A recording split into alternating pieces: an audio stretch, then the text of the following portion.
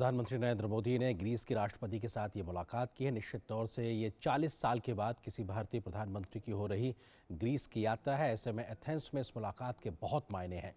4 दशकों की एक शिथिलता के बाद में संबंधों को आगे बढ़ाने के लिहाज से प्रधानमंत्री मोदी की यात्रा एक मील का पत्थर साबित होगी। निश्चित तौर से ग्रीस की राष्ट्रपति कैटरीना सकेलारोपोulou भी अपनी तरफ से ये कोशिश करेंगे कि भारत और ग्रीस के संबंधों को नई ऊंचाइयों पर ले जाया जाए। और ये राष्ट्रपति भवन है जहां पर एथेंस में प्रधानमंत्री मोदी की ग्रीस के राष्ट्रपति के साथ ये महत्वपूर्ण बातचीत, और इस बातचीत के आधार पर एक दोनों देशों के बीच में इस बात की एक आधार तैयार होगा कि अब यहाँ से संबंधों को कैसे आगे बढ़ाना है। हम सभी जानते हैं दोनों ही अपने आप में बहुत पुरानी सभ्यताएं, भारत और ग्रीस के लिहाज से अगर बात की जाए, और उनका एक ऐतिहासिक सदियों पुराना संबंध रहा है। और उस संबंध को कैसे एक आधार बनाकर यहाँ से आधुनिक युग में कैसे आगे बढ़ा जाए, इस दिशा में तेजी से काम हो रहा है। बीते कुछ वर्षों के लिहाज से बात की जाए तो भारत और ग्रीस के बीच में कई क्षेत्रों में संबंध तेज गति से आगे बढ़े हैं, चाहे वो रक्षा सुरक्षा का क्षेत्र हो, शिप बिल्डिंग का क्षेत्र हो, पीपल टू पीपल कनेक्ट की बात हो, या किस प्रकार से ट्रेड और इन्वेस्टमेंट को आगे बढ़ाया जाए। इस दिशा में बीते कुछ वर्षों में हमने देखा किस प्रकार से भारत और ग्रीस के बीच में संबंधों में नई ऊंचाई देखने को मिली है।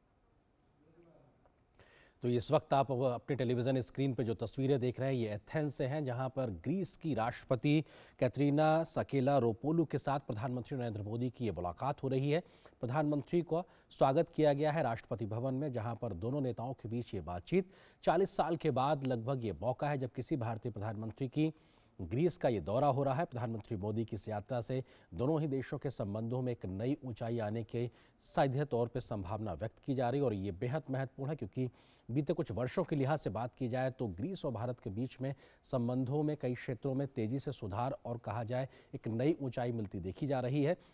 रक्षा सुरक्षा के लिहाज से अगर बात की जाए, शिप बिल्डिंग के लिहाज से अगर बात की जाए, ट्रेड और इन्वेस्टमेंट के लिहाज से बात की जाए, और किस तरह से लोगों का लोगों के साथ संपर्क बढ़ सके, मोबिलिटी के लिहाज से आगे बढ़ा जा सके, इस तमाम विषयों पर, इन तमाम क्षेत्रों में विस्तार से काम हो रहा है। और प्रधानमंत्री की मौजूदा ग्रीस यात्रा जो इस वक्त उनकी एथेंस में मौजूदगी है, ये भी अपने आप में कई नए द्वार खोलती नजर आएगी। इस वक्त ग्रीस के राष्ट्रपति के साथ मुलाकात के बाद में अब से कुछ देर बाद प्रधानमंत्री नरेंद्र मोदी की ग्रीस के प्रधानमंत्री के साथ शिष्टमंडल स्तर की बातचीत होगी। उस शिष्टमंडल स्तर की बातचीत के बाद में निश्चित तौर से इस बात की उम्मीद की जा रही है कि दोनों ही देश कई क्षेत्रों में समझौते पर सहमत हो सकते हैं, और उसकी जानकारी भी संभवतः प्रेस स्टेटमेंट के माध्यम से मिलेगी। तो निश्चित तौर से सभी को उम्मीद है कि अब इस यात्रा के बाद में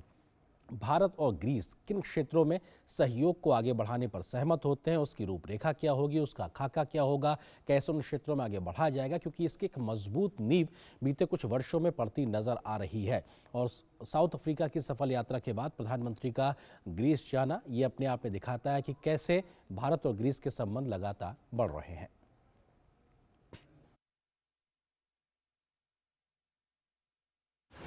एक्सेलेंसी, मैं आपका हृदय से बहुत बहुत आभार व्यक्त करता हूँ। चंद्रयान-3 की सफलता वो सिर्फ भारत की या भारत के वैज्ञानिकों की एक सफलता ऐसा नहीं है, ये पूरी मानव जात के लिए सफलता है और पूरे मानव जात के भविष्य को गढ़ने में विज्ञान के इस प्रकार के साहस और सफलताएं बहुत बड़ी भूमिका अदा करती है। उसमें भी जिस भूभाग पर चंद्रयान-3 ने अपनी गतिविधि प्रारंभ की है, मैं मानता हूं कि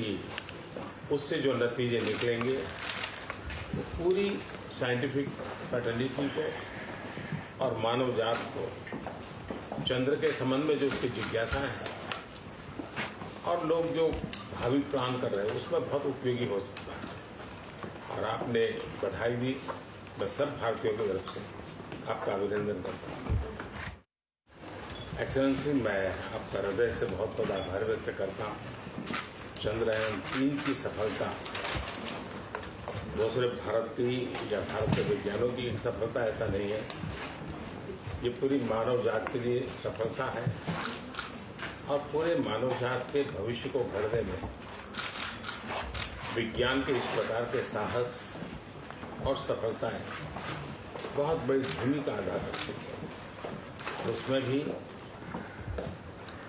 जिस भूभाग पर चंद्रयान-3 ने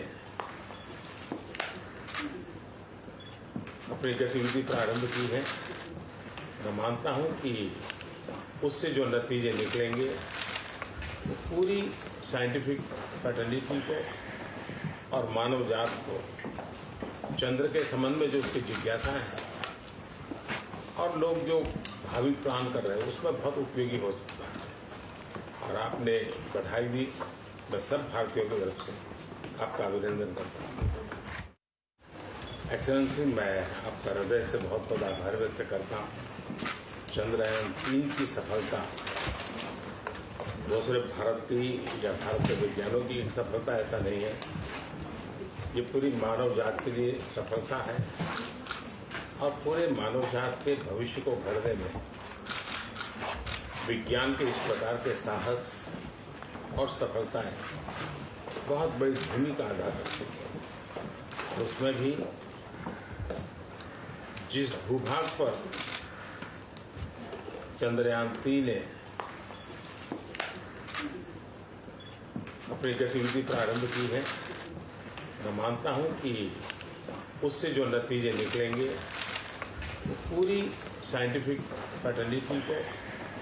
और मानव जात को चंद्र के संबंध में जो उसकी जिज्ञासाएं हैं और लोग जो भावी प्लान कर रहे हैं उसमें बहुत उपयोगी हो सकता है। और आपने बधाई दी, मैं सब भारतीयों की तरफ से आपका अभिनंदन करता हूँ। तो ये सीधी तस्वीरें आप अब से कुछ देर पहले की जो मुलाकात प्रधानमंत्री मोदी की ग्रीस की राष्ट्रपति के साथ हुई है, ग्रीस